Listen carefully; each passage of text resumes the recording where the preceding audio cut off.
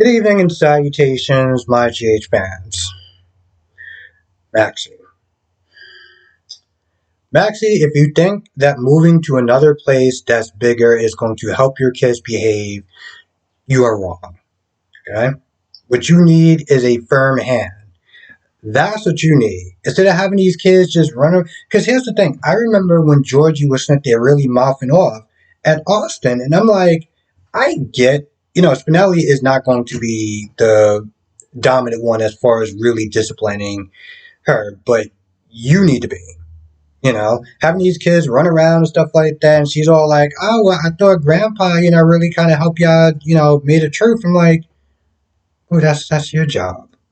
Like, it's not your parents' job to sit there and discipline your kids. That's your job. And if you honestly think that moving to another place that's bigger is going to help, it's not. Okay, it's not." Um, She talked about moving into Lulu's place. Well, they talk about moving into Lulu's place. Now, a lot of this talk about Lulu, going to go see Lulu and everything like that, it's really pointing or hinting to the possibility of Lulu coming back. And I've discussed this in my live stream once. Okay. Discussed this in the live stream. We all pretty much just agreed that if she does come back, give her something to do. Especially seeing that this is already a bloated cast in general. If you're going to get her back, do something worthwhile. Now, I'm going to be honest. If they do, I don't know if they're going to get the last woman, Ryan, Emily, or something like that. If she wants to come back, I'm going to be honest. The way that they let her go was they pretty much kind of did her dirty. I'm not even going to sit there and try to sugarcoat it. So if she does come back, hopefully, one, they treat her better, and two, that they actually give her something to do. Now, this whole bar scene with first of all, I'm just like, Carly, why would you? I mean, here's the thing. This place looks rougher than Jake's. Okay, Jake's was known to be kind of rougher on the edges, but I mean, this place looks way rougher. They got there. Olivia's like, why are we here for? She gets some sticky stuff on her hands. Corey's like, oh, this reminds me of Jake's. I was like, yeah, but this is like, this is even worse or more rougher than Jake's. So anyway, they got Ned over there hitting on Carly, right? Carly's like, all right, let me hit on him, or let me entertain him. This way, some other groupie, because they had some pretty blonde chick or whatever that was like looking at him. So she was like, all right, let me do that. This way, I can keep an eye on him and everything. So while Ned is hitting on Carly, you got Wasted Mason. That is just. I mean, how do I even sit there and put it nicely? He was just. Oof. I mean, I've been drunk before, but Jesus Christ. He was just. He was doing too much. Okay, when it came to Olivia, he was doing too much. And Olivia was just like, yo, listen, I don't want to parse you. Like, I'm good. And then he, like, grabbed her. Ned seeing that, Ned comes over there and winds up hitting him. Right? He gets a good hit. And then that's pretty much the end of that. That's the end of that fight at that point. Okay? Mason took one hit, and that was pretty much a wrap. So Carly, with the assist from the bartender, takes a bottle. Boop. That ends that. So that was a good scene. That was probably my favorite scene. You got Trina that wants to see Curtis with the help of Finn. She gets a chance to see him.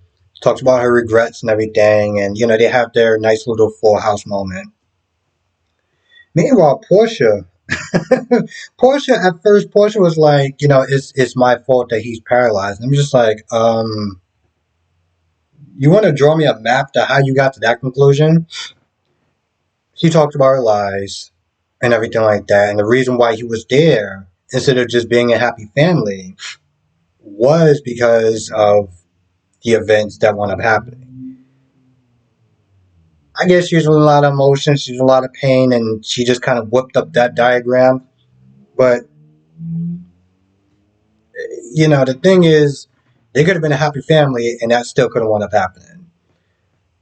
Anyway, Hat Daddy's there to sit there and consult her, and he's all like, "Oh, I'm gonna move out," and which I'm just like, when is that gonna happen?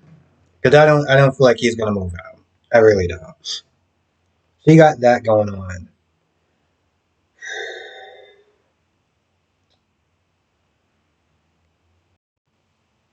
I feel like this thing with Christina, I feel like this requires a lot more than just some college textbooks. I mean, granted, I know she went to college, and she wound up dropping out. And Molly was like, maybe you need to sit there and take some classes. And I'm like, I think you would need to do that. Like, I think you probably need to do that before you open up this place.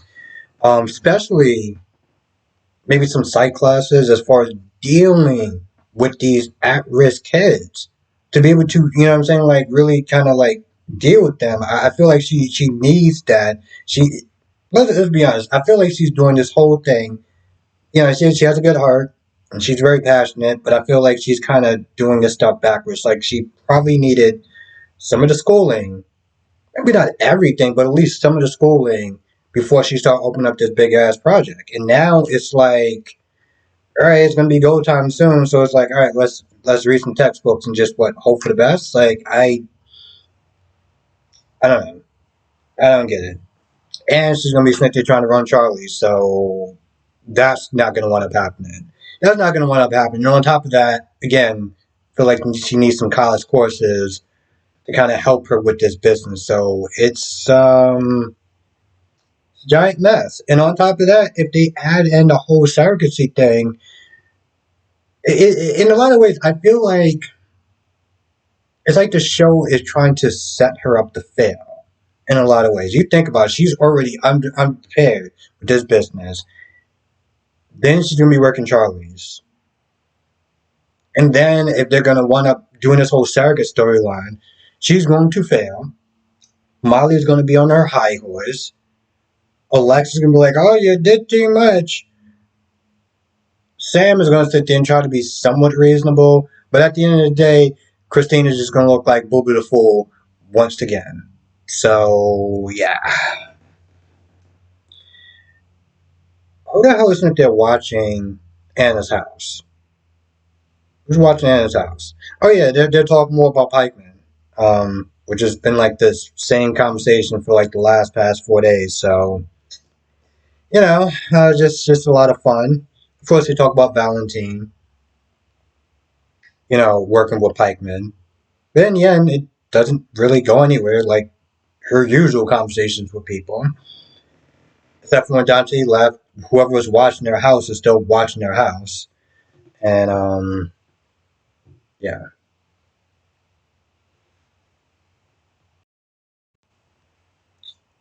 Hmm. I'm not gonna lie. This whole scene with Mason just being just completely plastered. I don't know. It's a good scene, but it just seems like it just kind of comes out of nowhere. I mean, granted, we don't know much about Mason, but and granted, it's a biker bar, whatever. But he's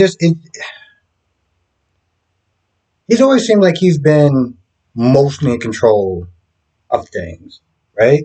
So like this scene just it just in some ways just seems kind of out of pocket. It's not a bad scene. It just seems like all right, they're at a bar, whatever. And then it's just like, all right, well Mason's there and he's hitting on Ned, he's hitting on Olivia and stuff like that. I don't know. Something about it just seems out of pocket. But maybe that's just me. Anyway, I feel like that's about it for the most part. If I missed anything, you know what to do. Come to the live stream tonight, 8 p.m. Eastern, 5 p.m. Pacific. We'll sit there and talk about all the shows, days, B&B, Y&R, and GH, of course. Um, I've said this in my B&B review, so I'll sit there and say this one. And I'm probably sit there and say less and less, but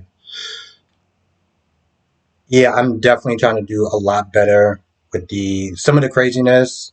that's been going into live streams lately.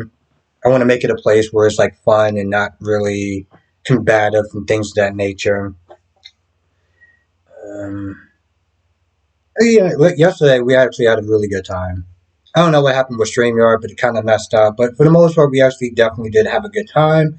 So you definitely want to sit there and come through in case I'm missing anything, or you want to sit there and just kind of just talk to me about, what your thoughts are on the episode. You can sit there and do that then. And if you're not a member, definitely join. Besides the exclusive videos that, I only do for members, we have some really good, I'm just sitting there thinking about what also I had to do today.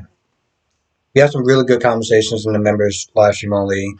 DC and Kyrie's Clark with me when doing a live stream, and it was actually really good. So, if you're not a member, definitely check it out. And that conversation alone was really good. So you want to check that out.